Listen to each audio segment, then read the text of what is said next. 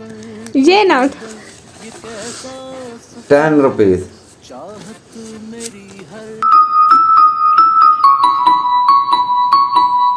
Hi viewers, welcome back to my channel निकम्मी vlogger. तो title देख के आपको पता चल गया होगा कि आज हम अब्बू के साथ खेलने वाले हैं गेम। और इधर हमने सबसे पहले अब्बू की बांध दी आंखें। हाय व्यूअर्स, तो अब्बू के दरमियान लगा है चैलेंज। अब अब्बू मुझे बताएंगे कि ये कौन सा नोट है। रुको जरा, सबर करो। बोला धक्का बुक्की नहीं करने का, आराम से लेने का। ये नोट मैं अब्बू को दे रही हूँ।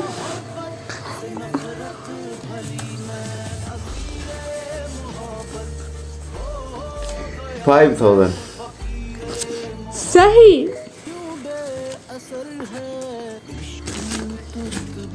ये नोट 10 rupees.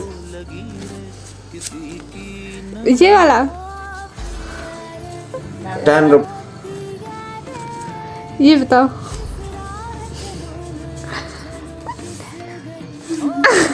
10 नहीं चलेगी। 10 rupees. अच्छी।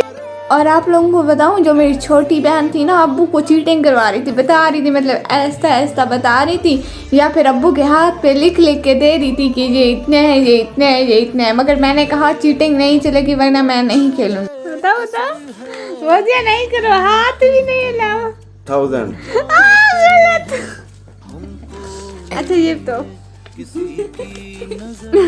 1000.